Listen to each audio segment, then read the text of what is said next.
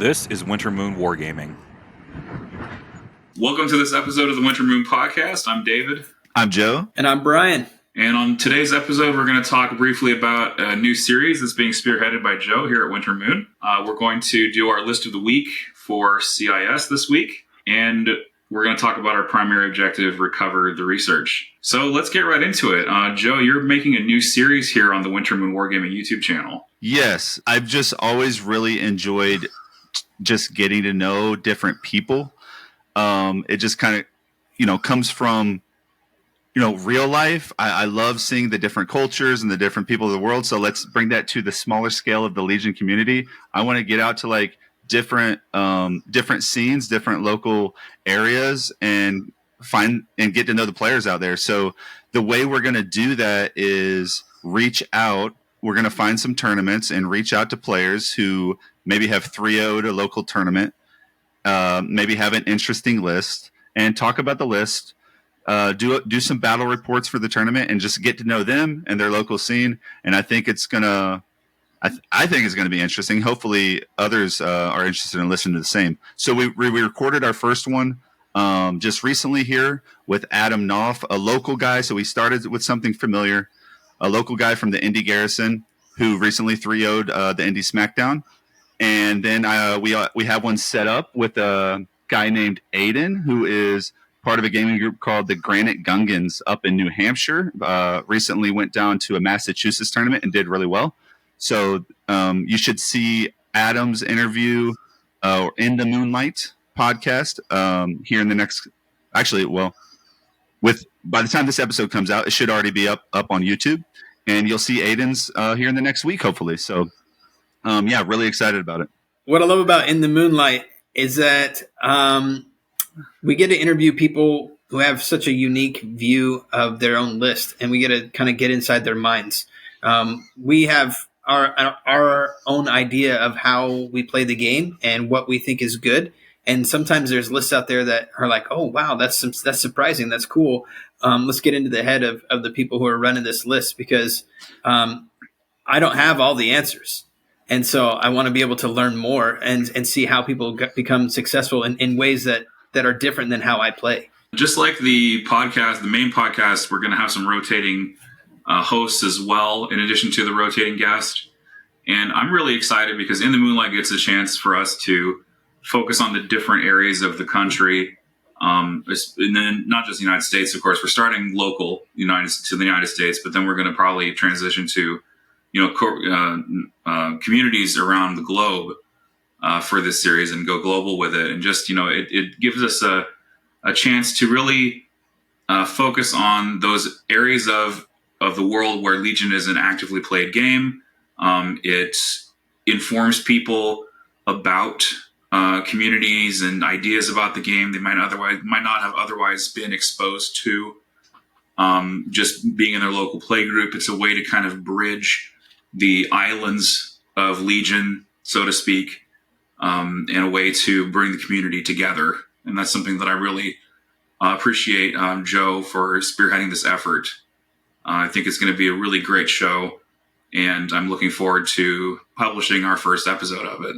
And I want to talk a little bit about Winter Moon just in general before we move on to our next segment. Winter Moon primarily is focused on Substack. Substack is where you can get our written content, and Winter Moon is powered by paid Substack subscriptions.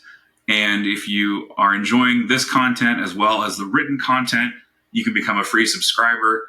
But of course, if you want to support us, you can become a paid subscriber over there. It's $5 a month just to support what we're doing.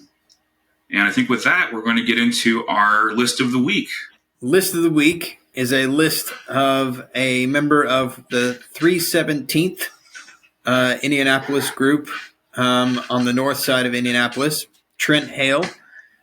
His Discord name is Hellstrom. He plays very good CIS list. He's got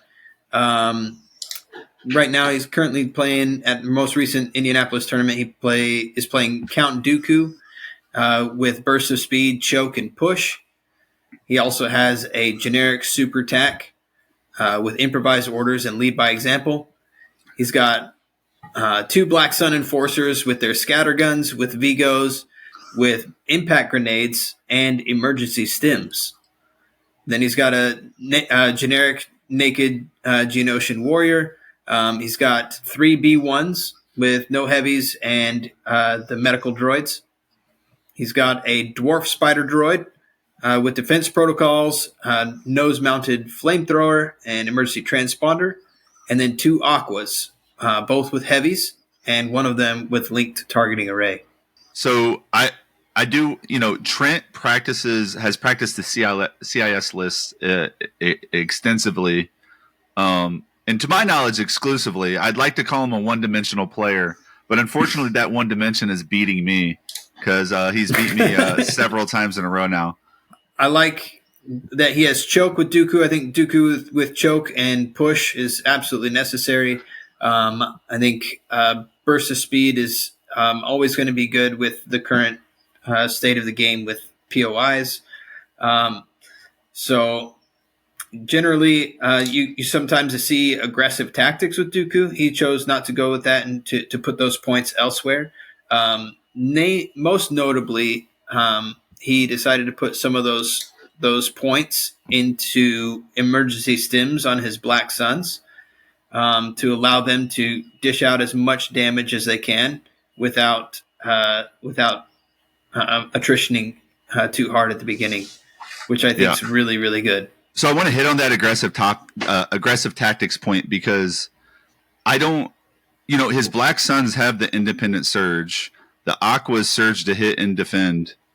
So does the Dwarf Spider. So there's not a whole lot of value on aggressive tactics in this setup. So I don't really see where that was too hard of a choice. The big choice made here to me is he's taking triple medical droids on the B1s, and not in I don't understand way, because the value of medical droids in CIS is they're dirt cheap, really, for what they do when you have good units to heal. And he has some really good units to heal between 2 full BSE squads and a Count Dooku. Because you do not want to try to plink into this Dooku when there's 6 heals behind him. You're just not going to do it. The other commander, the Super Tac droid, it has improvised orders, understandable. This is not a CIS list that has great order control, but it also has lead by example, which I find interesting. What do you think the thought is there? I don't know if I've heard him talk to him about it before. It's important for the Black Sun. Even with Dauntless? Yeah, I would think so. Or for maybe it's the Geonosian warriors, so that he can make sure he gets that full movement out of them.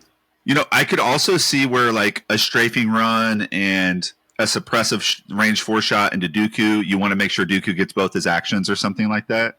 So yeah. I do see where it could be useful, but it did strike me as, I don't want to say out of place, but I wouldn't have expected it.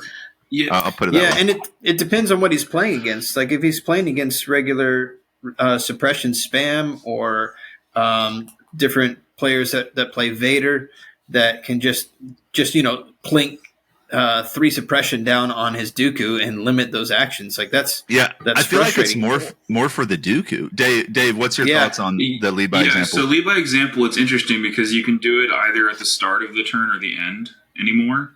Yes, and I think the trick there is it really is for the Black Suns. They're not going to benefit from Dooku's courage value at all. There's a few and this kind of leads me to a larger subject. There's a few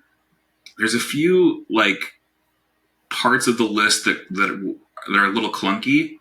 And when I say that, it's these don't I get what he's trying to do, right? With the triple medical droid and the Black Suns and the super tactical droid having the AI. Direct AI to the battle droids to get the perfect medic control. So you're nearly always putting models back.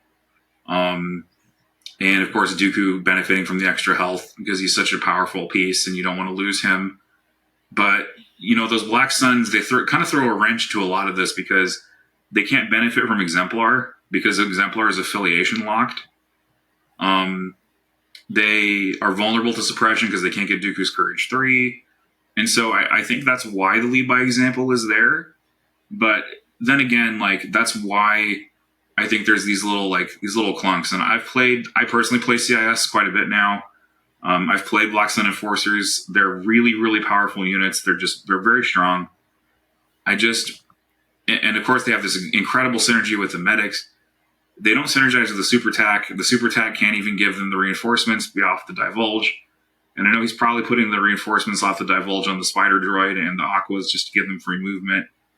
And it looks like, his choice of putting link targeting array, it looks like he's going to have the super tactical droid babysit the aquas. And of course, Dooku has a source of direct trooper as well.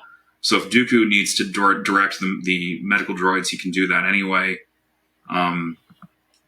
But I like the list a ton. I just think there's got some little hiccups, and they don't give me that. I'm going to write an article on this in the future they don't give me that feel like I'm driving a Ferrari.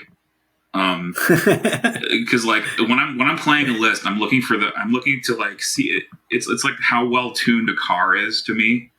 And so if I'm driving along and this thing's like not responding, if the wheel's not responding, in the way that I expect it to, then the list may have a structural problem, And so these kind of... Well, I will... Go ahead.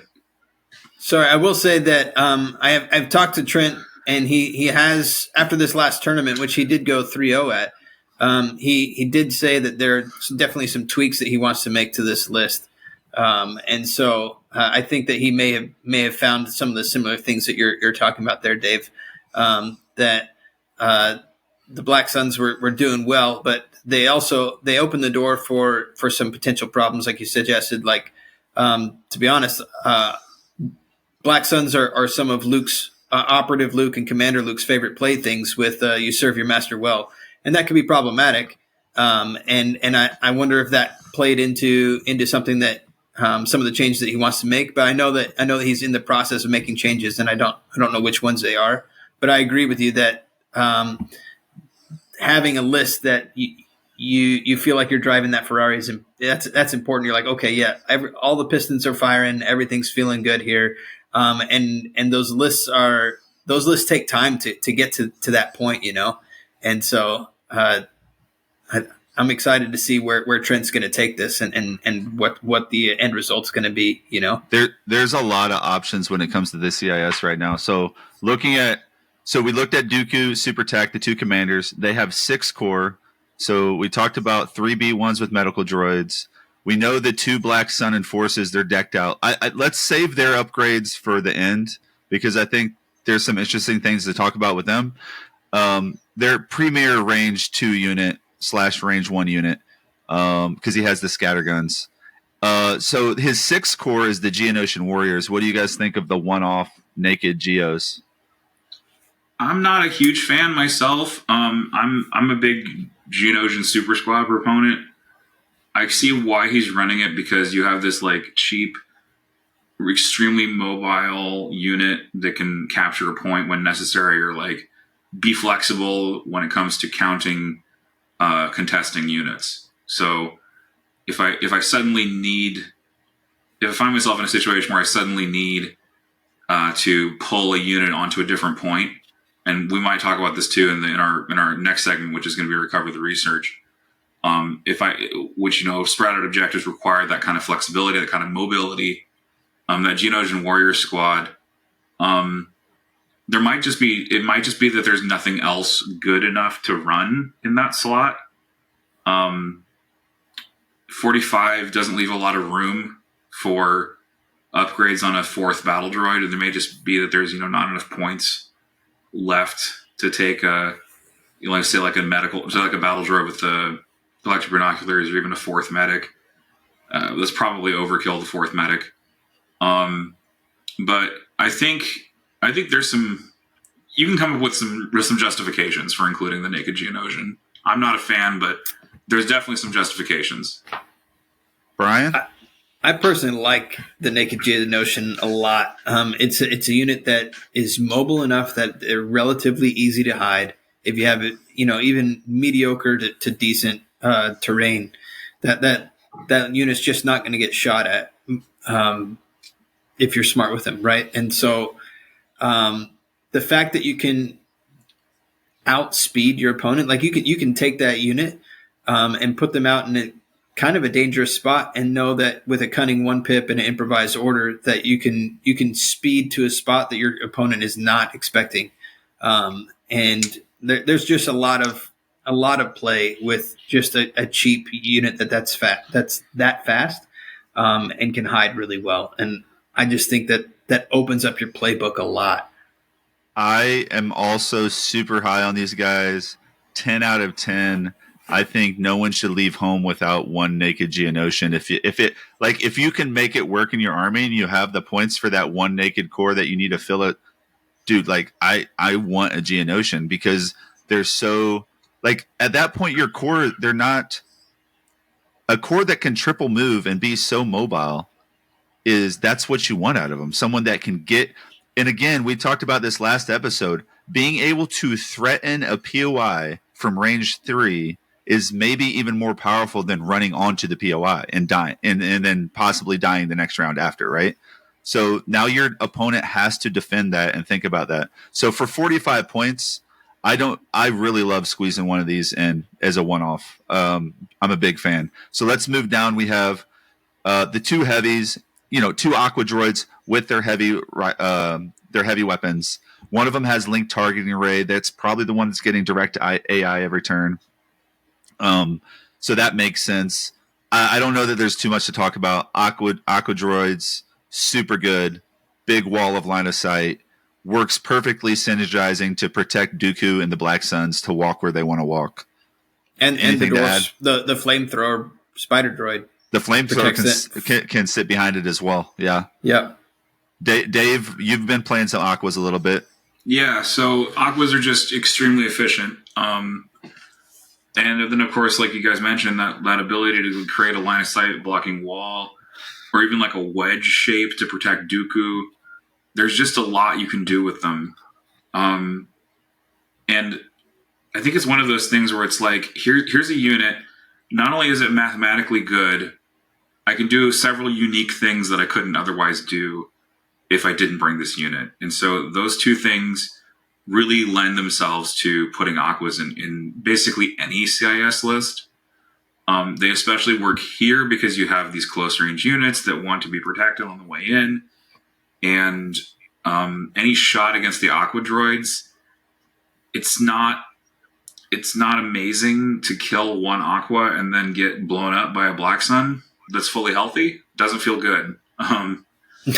So, this is one of those lists where it's like, if I had to pick any target to shoot here, aquas are actually pretty low on my list. But of course, they're the only things I can shoot because he's blocked everything else off. So it creates. But for some reason, their offense is still pretty really darn solid. Pretty darn solid. Yeah, infiltrate and range together. Really good. Like, to me, that's where. Not to say this is an aqua conversation, but if their offense was tuned down a hair, maybe take the surge to hit away. Now I'm okay. Now I feel better about them. But their offense is very serviceable for how tanky and how well they block line of sight. I don't think they would suffer much if you took their hit surge away. I think you'd still bring them. You still bring them. They're still still top tier unit, but it would make me feel a little better. You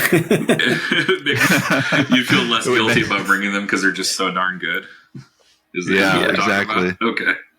Yeah, I would respect my opponent more for bringing them. All right.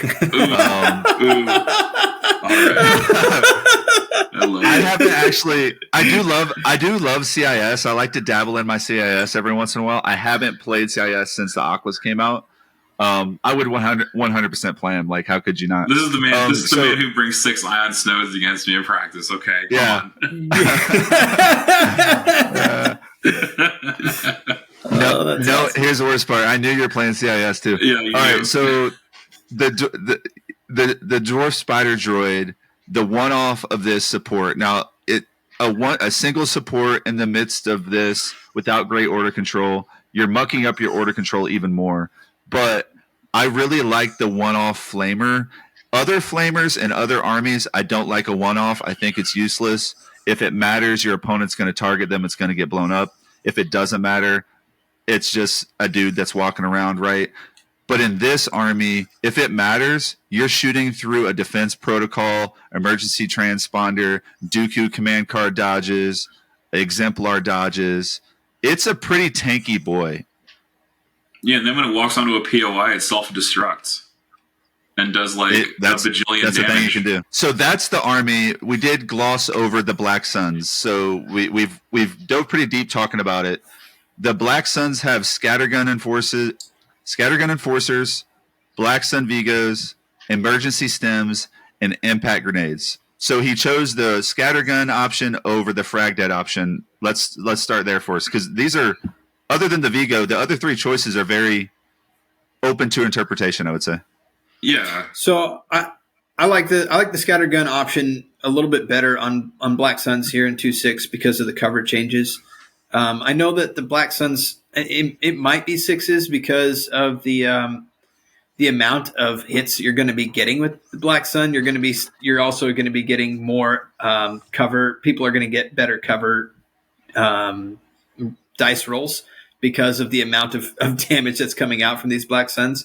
So it might be sixes, but the added range, I think, is important with that Pierce is just really good right now. It gives you a good hedge against red saves, against clone armies. We know that the Jedi arcs are going to be pretty popular here coming up. I think Black Sun Enforcers are a good hedge against that. So I think I like the range that are coming out from them personally. Yeah, that range 2 makes a lot of difference, especially when they're on foot. They're not being transported by anything. Range 1's a lot easier when you have like a snail transporting you. And then impact grenades, they're a pretty solid choice. Not the most amazing, since Black Sun forces don't surge natively. I've always found impact grenades to be better on units that have native surge, but that's just been my experience, and I'm sure other people's mileage may vary. The one thing I do want to have us talk about, though, is the inclusion of emergency stems. And, maybe we can start like a miniature like discussion here about why emergency stems are actually really good in 2.6 again. They were only seen briefly in the previous, I'm going to call it an edition. I know that's controversial, but I'm going to call it an edition. In the previous edition, emergency stems were basically only seen on leaders. You never really saw them at the unit level. Usually on surging red save unit. Yeah, usually. Exactly. They would, I think maybe a couple exceptions, but typically man. Right. They were only seen on like single model units. And now we're seeing emergency stems make a comeback on Black Sun Enforcers. I've seen emergency stems on ARC Troopers. And I really think that has a lot to do with the increased direct, like you have much more direct combat happening in 2.6 than you used to in the previous edition. And so preserving those 2 wounds, especially if you don't fight first, really important when it could be the difference between having 4 dice and not having 4 dice, especially when it comes to Black Suns and Arcs and other units of that type. So the 4 dice point is great, because I think that's where I draw my line. When you can save 4 black dice or better. In this case, with the Black Suns, it's probably a black, white, black, 2 blacks, 2 whites. Yeah. But still, you're saving 4 dice. I think it's very good on the ARC Troopers and GAR as well.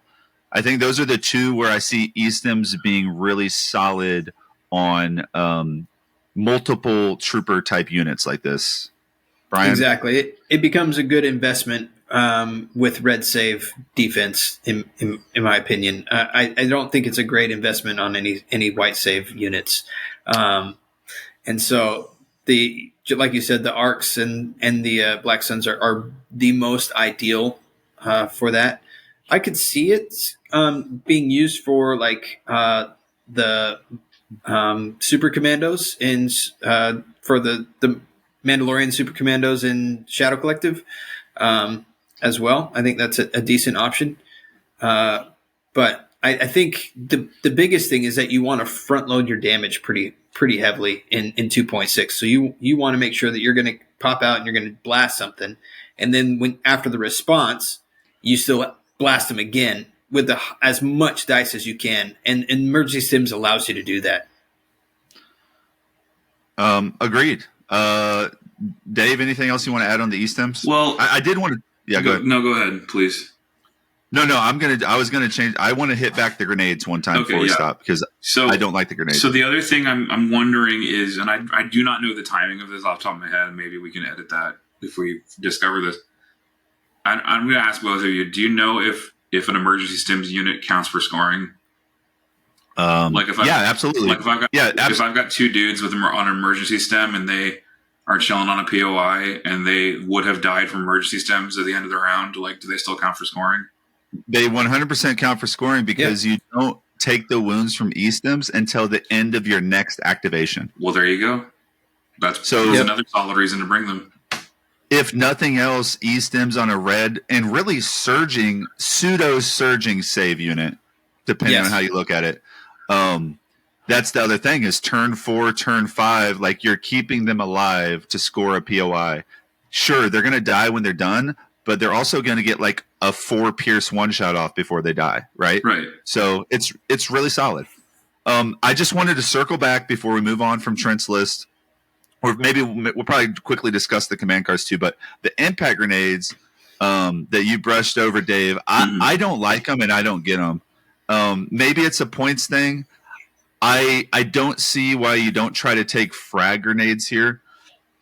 I think it makes their range 1 way more consistent. And I would argue the surge to crit probably averages very similar as the impact 4. I don't know the math on that, but I'd say with a full dice pool, it's probably pretty close. You got to find now. Granted, you got to find 4 points to upgrade both these to frag grenades. But I try to find those 4 points, and I probably look at maybe you mentioned 4 medical droids being overkill. I think you could argue 3 might be, maybe 2's enough.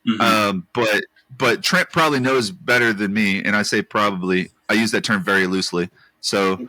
I would probably look at dropping a med, going frags, and then seeing where else I can put those last few points. So the one unit that I think is the biggest threat to, or not the biggest threat, but it's one of the bigger threats to Black Suns, where the impact grenades really make a difference, is dewbacks. Because dewbacks, they use that armor to their advantage, and if an impact grenade lets me crit through that armor, I'm like really comfortable with that. And I kind of get why. And impact grenades are also usable in melee. So that's the other reason. I don't love the impact grenades into armor 1. Fair. The juice doesn't seem worth the squeeze on that. Yeah. But it's a good point though. Like I don't think they're useless. I just think you get way more bang for your buck out of frag grenades more times than not on these Black Suns with scatters. Yeah. I personally like the frags better. I wonder though if the thought process there was the aqua mirror, and knowing that his aquas are going to be protecting his Black Sun, and they're going to be right up on a POI, and just across very short distance away is another group of aquas protecting their stuff. And so I can see where personally if I would have probably take out the link targeting array on one of his aquas and add in the frags on both Black Sun.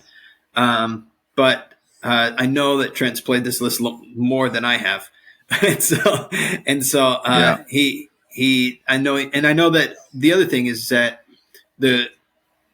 I know that Trent doesn't do things just like, I just think I'll try this out. Like, no, they're very thoughtful, very deliberate. Yeah. So. Yeah, again, aquas only have armor 2. I think when the impact grenades are going to be a lot better is when you're down to like 3 models. When you're down to 3 models, the impact grenade now packs a huge punch because you can still push 4 into armor.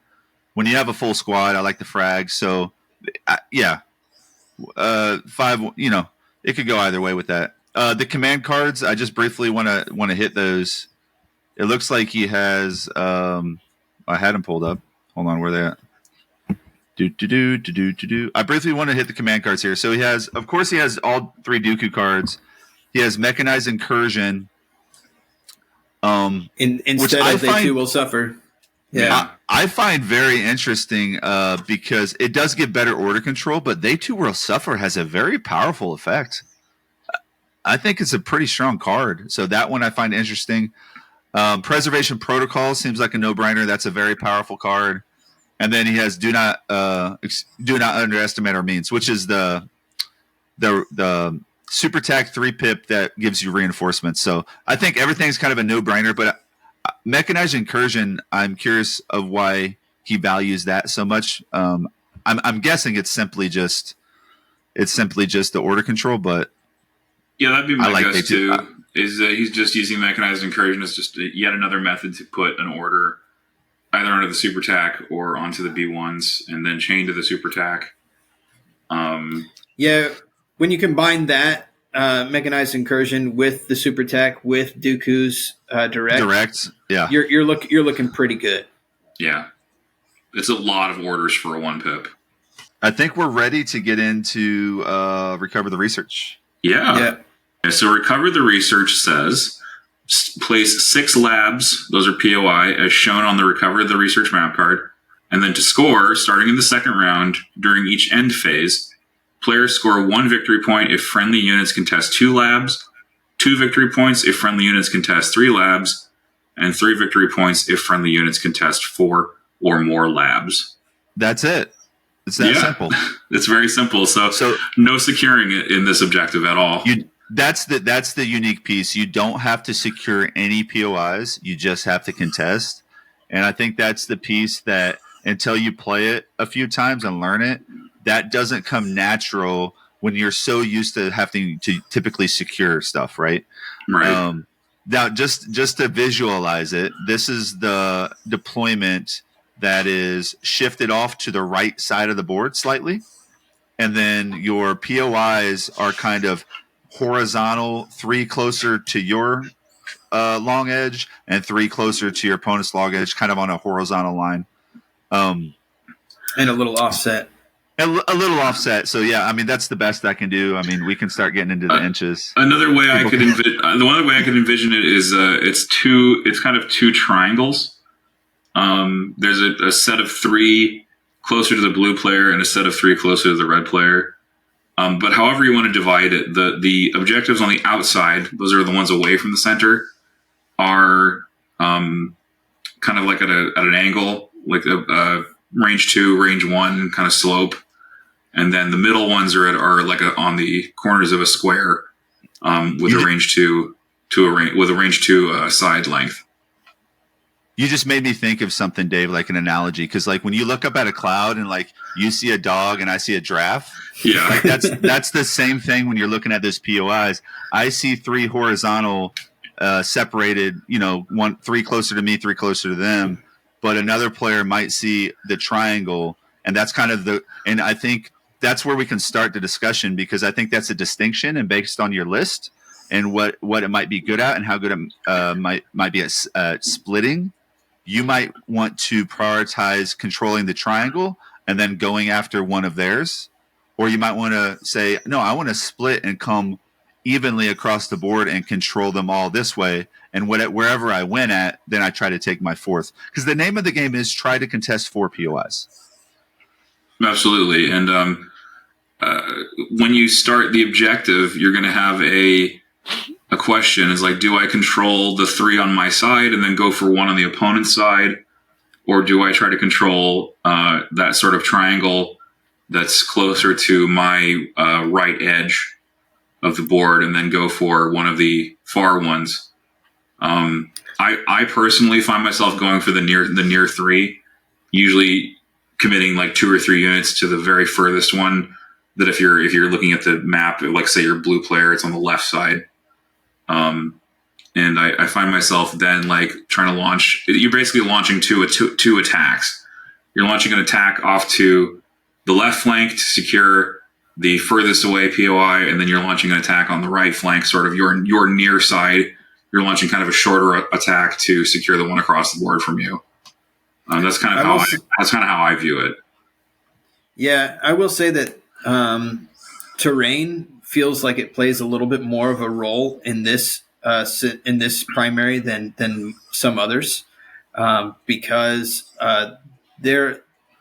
there's a lot of opportunity to knowing what you want to be able to see where those POIs are going to be resting in terms of terrain. Because if there's some very easy places that you can just sit one unit and force your opponent, that's one unit on a POI that's right there, right outside your deployment zone, where he can't be shot at, and be like, okay, I'm just going to sit this guy here. My opponent's going to have to run across the board to get to him. And while he's doing that, I can focus all of my other stuff in this direction here that I want to take. So what I took away from that is this: maybe more than any other primary objective, you may look to prioritize blue player and table side more than other objectives, because if you can hide a cheap unit behind a wall that's scoring a POI, you want that side of the board. If that's only on one side of the board, you want that side of the board maybe over anything. Any other. So. The unit sits there and goes AFK. you just leave it there, and it just farms victory points for you the entire game.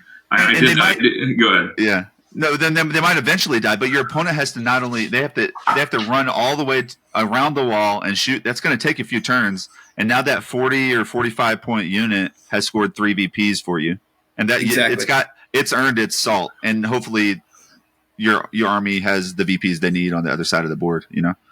Yeah, and so there's a lot of units that really kind of like this. Your units that you like to kind of send off on a wing, things like your Dinjarin or your land speeder, or things like where you can throw it like way out where there's not very many bad guys to shoot back at them, or things that you just know are just going to tank it and just stick around. What you named there is 2 different types of things, right? The land speeder is great because it has offensive firepower. And so it can not only – you can't just put one unit into a land speeder. It's probably going to end up dying to it.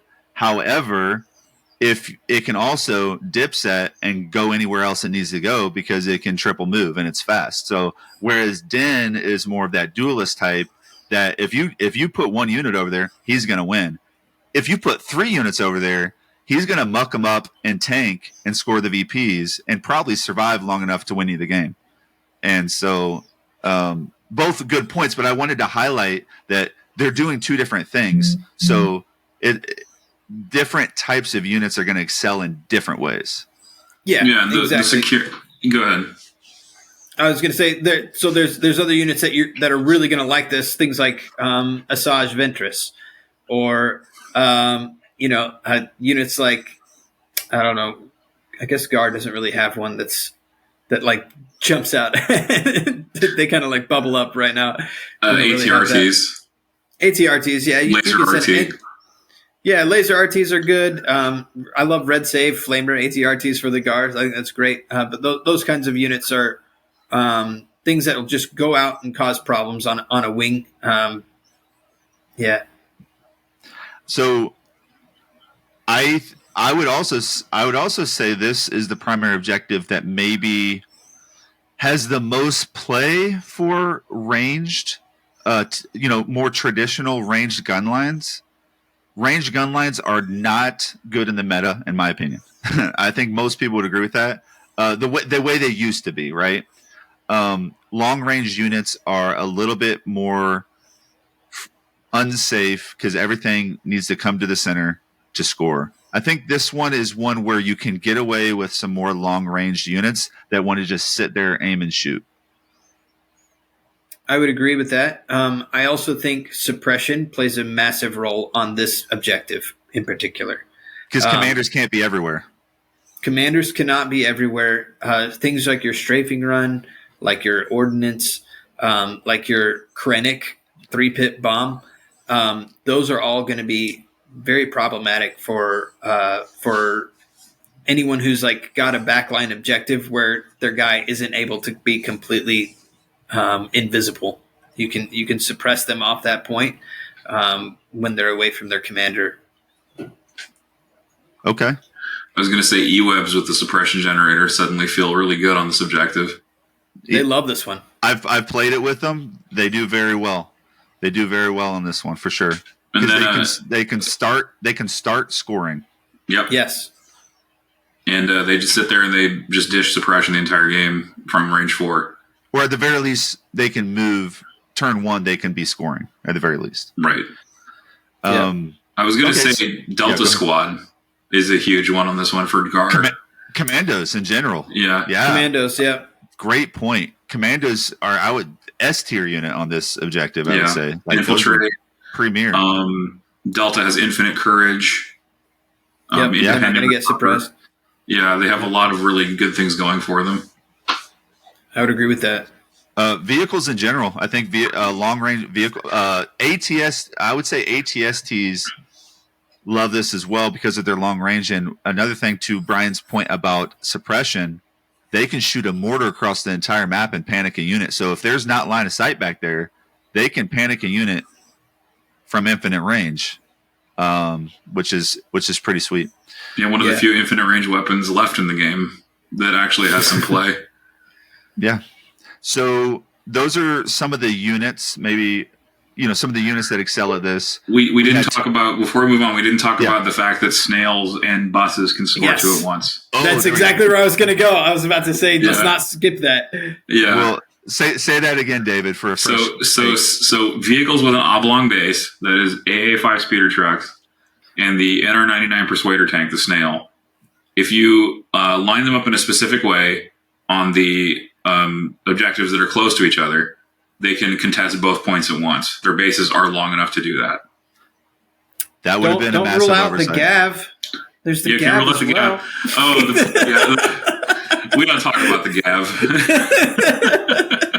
I sent Brian my Gav in the mail because I never play it, and he had mentioned not having two Gavs for a double Gav list. So I don't know if you've got to try the list out, Brian. I seen you created it. I did. I have a double Gav list. It's on the back burner. I haven't tried it. I need to give it a shot. Yeah, interesting. So, okay, oblong bases. Okay, what else can contest to it once? Maybe Omega Squad, I believe, can contest to it once on this. Oh, can Omega do it? I didn't know that Omega could do it, but that makes sense because it's range 1, right? I'd have to measure that. That'd be interesting. I'm not sure. It's range 1 from the unit leader, so it's range 1 from Hunter, not from Omega. And let me pull up the. Actually, I have the deployment here. Yes, you can. It can because I've played it and a guy did it to me. Yeah, you can.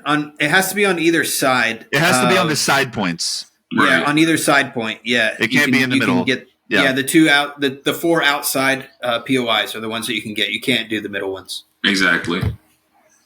There we go. So, okay, those are some. I'm sure we missed a unit that's probably good at this, but definitely a lot to chew on there as far as what units like this objective. So, if you have those units, I would almost say if you're running like double snail or you're running like you almost put this in your army just because they're so good at it. You put this in your list just because they're so good at it. So turn 1, we talked about, you can kind of see it from 2 different view perspectives, right? You play the horizontal and you spread your army left to right, or you play the triangle and maybe you stay a little more tight packed and you fly off, or maybe you sacrifice 1 unit that's just going to score a POI once or twice before they die or something like that.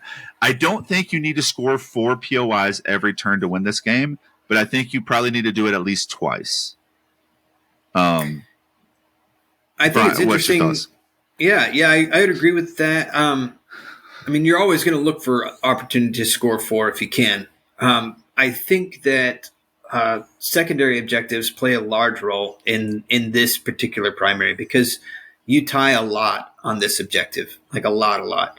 And so making sure that you're well-versed in what secondary you're playing, which we'll get to in the future. We're not going to deep dive into the secondaries right now, but knowing the secondaries well and how to play them will be very important when you have this as your primary. Yeah, it's important to note there's no comeback mechanic inherent in the primary here. So the instant you fall behind, you have to immediately look to your secondary to claw your way back. And so there's kind of like I'm always entering the game with the intention to score 4 from round 2. I plan my lists around it. I usually run Geonosians or I run some other fast unit that can launch itself out there and be reasonably independent to grab the fourth lab. But as soon as your opponent commits to 4, you need to commit to 4. Like, I just can't see a way around it. Like, it's really hard to claw your way back unless you have some really good secondary, like maybe like sweeping clear, mark target, something like that.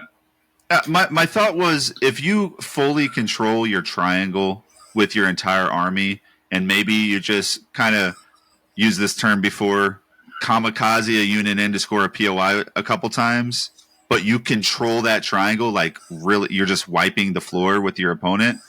I think there's a world where you don't need 4 every time, but it's definitely a risk to go in with that plan. It's a risk. You want to be in the position where you can fly in, score a POI. Maybe they die next turn. You send another unit in to do it again, type thing. Yeah, exactly. Now, I have some questions to pose for you guys. So this is normally I don't like having my force user with force push outside away from my army. This might be one of those scenarios that you find yourself thinking, you know what? This is the end of round 1. I've got my order on my force push, unit, whether it's Vader or Dooku or Op Luke or something like that, or Anakin or whatever, and be like, I wonder, is this one of those scenarios that you think, yeah, I can send him off on himself and let him just kind of push a unit off of one of their objectives, and then hold this triangle with the rest of my stuff and get ahead on turn 2 and 3, and kind of just force them to try to claw their way back, like David was mentioning. I don't know. What do you guys think? I have a couple of experiences that might lend themselves to this question, because I played in a big tournament in Tampa recently. I think we had 16 or something. That's big for our scene. And there was definitely a game of Recover the Research I played where if my opponent had made the choice to burst of speed Yoda towards the flank and just don't care anymore about Luminous for the rest of the game because he's already played Luminous twice, so he's not going to Luminous again because the game's 5 rounds. If he had burst of speed to the flank and just wiped out the B2s that were holding that flank, he would have won the game. Yeah. I think there are definitely worlds where you send your force user off to just shut down a flank. And I've been on the flip side of that too, where it's I put a B2 out to defend a POI. My opponent puts a shotgun Black Sun and 2 swoops. So then I counter deploy Grievous because I was just said, okay, that's enough heat to justify the presence of Grievous over there. And Grievous crushed that flank. He killed the B2s. He got his points, but Grievous completely smoked the rest of it. Grievous killed 2 swoops and the shotguns. And he actually flipped the table on that whole flank, because not only did he defend home base, round 4, he plays the 1-pip, double moves into the Black Suns and wipes them out between the melee and the whirlwind attack, or his suppressive area attack. So yeah. I think there are definitely situations where you take those big units and you just sit them on a flank and they are just responsible for the flank. I agree. I agree with what you said right there, Dave. And I actually see as that Jedi, or that, let's just say that high cost commander operative that has the firepower, whoever it may be, could either do that, be on the flank and say, you have to send 3 units to even have a chance type of thing. Or they could also be the ones that you run in, if your opponent's playing KG on the triangle type scenario, that they just run in and sit on the POI in the center of an entire army, and maybe it's a Jedi and they're force pushing and they're protecting themselves, and they're just being annoying. They're just making it very difficult to kill, because this is one of those games where killing your opponent, eliminating your opponent's units, of course you get the benefit, your move activations and all the normal stuff that helps you win Legion.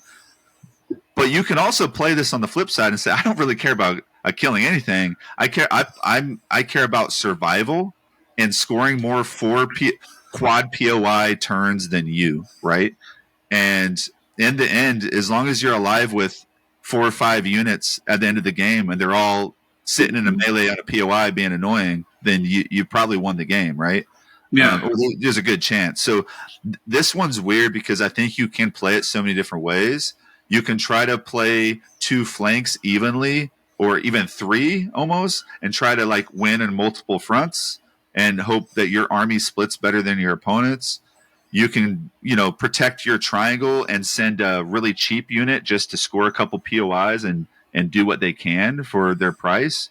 Or you can put Op Luke or, Boba Fett or something over there by themselves and just say, you have to commit a lot more than me, a lot more acts than me to make this worth your while. And even if you do, you still might not kill my guy because he's a tanky, he's a tanky dude.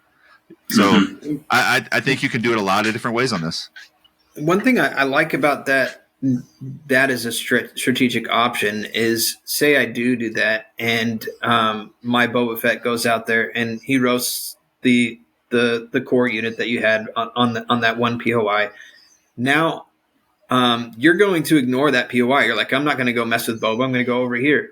Now I can take my Boba and I can go and contest a different one and cause you problems. And now you're not scoring that POI at all because Boba's fast enough that he can get somewhere else and just contest something else and still get me my 4 points. And now I've completely denied you a POI that you abandoned at round 3. I got to look at the spacing. I think a speed 3 move can get from one just touching the edge of one POI to touching the edge of the other POI. So they can actually move and shoot while moving from POI to POI. Only on the side flanks, but still, and maybe the play is you send your power piece with a really cheap core unit. The core unit stays back behind line of sight. The power piece does its thing, clears things out. Now the core unit goes ahead and hops over the wall and sits on the POI now that it's safe. So many different ways. Yeah, I mean, the terrain is huge. The terrain is huge. You're right, Brian. Like that's massive. Terrain's huge, and Bad Batch, they love this objective because they just run. Like they don't ever stop running. All you're doing is run around the Bad Batch. You're just chasing your opponent away from dang POIs. Your opponent's like, no, Bad Batch is here. Let's run away, guys. Or we can try to kill him, and then we just spend way too much time trying to kill this guy and not moving on to POIs, right? And so Bad Batch usually ends up doing like a full-on arc. Like you put them in this around this way on this flank, and then they arc around, and they just like deny your opponent POIs the whole time.